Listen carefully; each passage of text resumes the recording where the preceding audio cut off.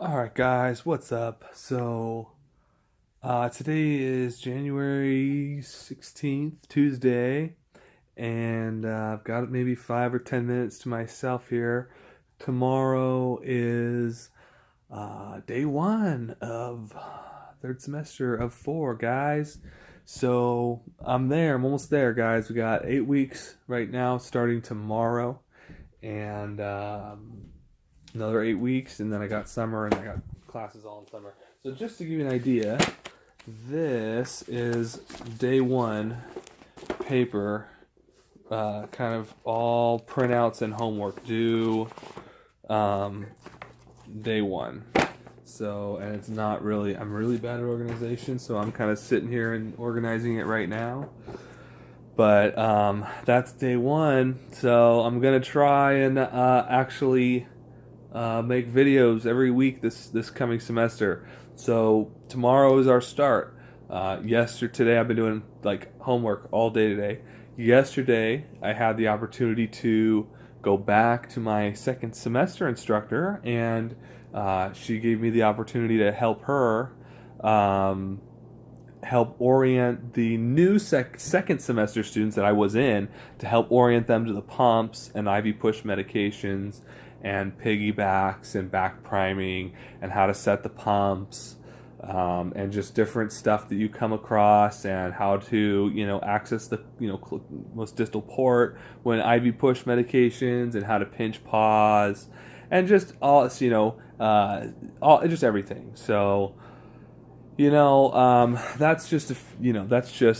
was cool. That was really great. So I start tomorrow, and I got 2 days in a row of like probably like 8 or 10 hour days, and then I have Friday, Saturday. I have night shifts in the ER, so that'll be fun, guys. Excited for that. That's super fun. I always look forward to going and working night shifts in a level 2 trauma center. So super stoked on that. And then that's it. So this is just an update. So I guess I had a question, ACLS kind of question. Leave a comment if you have the answer to it. But what I mean, I have a little bit of ACLS. I had ACLS. I was certified years ago, but I haven't taken it in a while. So my question is, let me fix this camera a little bit. So this is my question. It's about what is the management, and maybe I can find this if I really search the annals of ACLS, AHA.com or whatever, but and look through it all. But if we have a code, let's say we have a code, full rest, they're in PEA with complexes, no pulse, they're on Xarelto, okay, bleeding out the AT tube, so much positive pressure on that bag you can't even get ventilate the lungs, right? I guess if those are what's presented, like I've had that presented, blood coming out the ET tube, right? But still in PEA. What is the care for that? Or when we're talking about like a compartment syndrome, pneumothorax, are we supposed to be doing chest tubes? I mean, is it indicated, a chest tube indicated on that? Let's say, just to try and relieve some of the intrathoracic pressure, if it's a tamponade or hemo or tension pneumo. I guess that's my thought, because, I think we had a code while, somewhere. I don't remember exactly where, but I remember she was on Xarelto, and we had her tube, and there was blood going out the top of the ET tube, and we couldn't even bag her. We'd try and suction. I mean, it was just, there was so much something. There was interthoracic pressure, so much that when you tried to bag, like, you couldn't even get air down there. And maybe she had a popped lung, maybe she had popped, great vessels. I don't know what happened. But what's the management in that? Because she's on Xarelto, so she's just going to keep bleeding. She's going to exsanguinate. I guess my thought is, get bilateral chest tubes for hemothorax. Start just trying to lose some of that pressure in her thoracic, and then Rickline IJ with, units. Just start dumping units into her. I mean, is that how we fix that? Because I guess it's probably not even fixable. The answer probably is it's not fixable. If she's bleeding out with no coagulants, she's just going to keep bleeding out. So, and then that's pretty much what happened, unfortunately. We didn't do a chest tube. I thought we might have done a chest tube. We didn't. I thought we would have done bilateral chest tubes, but we just, so that's the way it goes. So, yeah, I guess that's my question. And then maybe a little Xarelto education for you that don't know what Xarelto is. So Xarelto is the suffix for Xarelto. If you see Xaban, Xaban, Xaban is the suffix for all factor 10A inhibitors.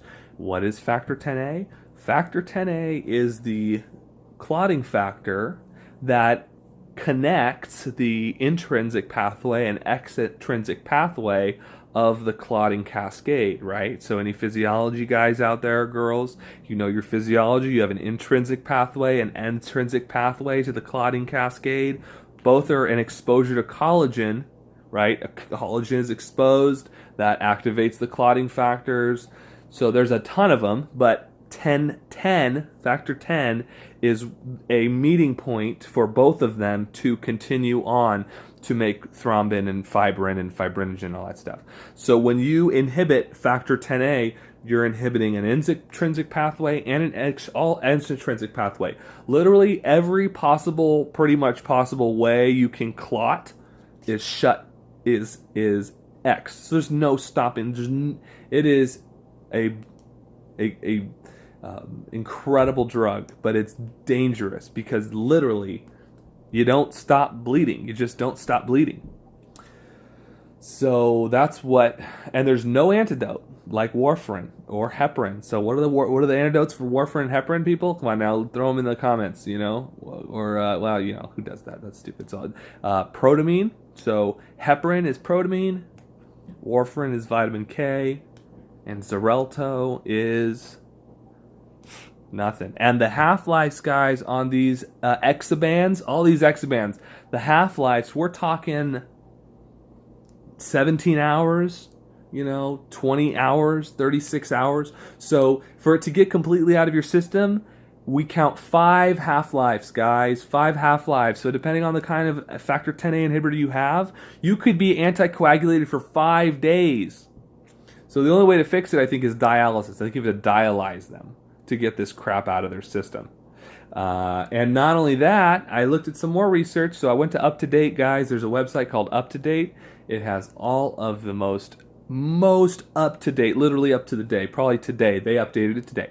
Every day it's updated with the latest of all the information coming out data-wise for healthcare and new practices and just everything you could think of. So I was on that. I'm looking up how does it compare to warfarin?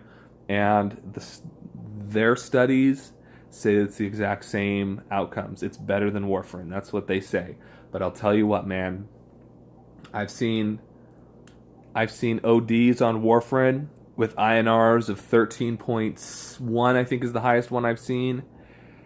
And he's not bleeding. 95-year-old guy with an INR of 13 something, 14, I think 13.9 maybe, not bleeding for a week. He was like that for a week. He had dementia and he was just eating 10 milligram warfarins 8 boxes of them. So he had a bunch left over or something. 8 boxes of them came in with an INR 13.9, no bleeding. And I've seen, in the time I've been there, I've been working, I've seen many more adverse reactions and deaths from factor 10A inhibitors than I have from warfarin. Okay, so that's just my personal anecdotal experience. I don't speak for anyone else. This is just me. This is my experience. I'm just throwing it out there. That's what I've seen, and I guess that's my question. And this is just my thought. And that's kind of what I'm working through right now in my mind. Because it's kind of a crazy drug, super crazy, man, and it does a lot. And it's good because it stops you from clotting. You don't get PEs and stuff, and you don't have to get tested. But that's the scary part is, So there's a point. So I went to the UpToDate. Turns out your primary care physician, because these new factor 10 inhibitors are so new, they're not even dosing like 17 to 25% of the patients that they're dosing it with. They're not dosing it right. They're overdosing them. So these patients are coming in with blood levels of these factor 10 inhibitors We have no idea what it is. We have no idea how long their 5 half-lives would be for them. We don't know how much they've been taking. We don't know, it's just crazy, dude. It's just crazy to see how tied your hands can be with somebody dying in front of you and nothing you can do. It's kind of interesting. It's definitely interesting. So if you have some thoughts on that, guys, I don't know if anyone else has experienced anything close to what I'm talking about. Maybe I'm just crazy and just talking to myself and just thinking too hard. That's what I do sometimes. So, let me know what you guys think. So this is it, guys. I'm going to try and put a video up just every once a week if I can. Maybe every Tuesday night. Maybe I'll try and do every Tuesday night. I'll put up a video. No guarantees, but I'll try. So that's it, guys. That's what I got.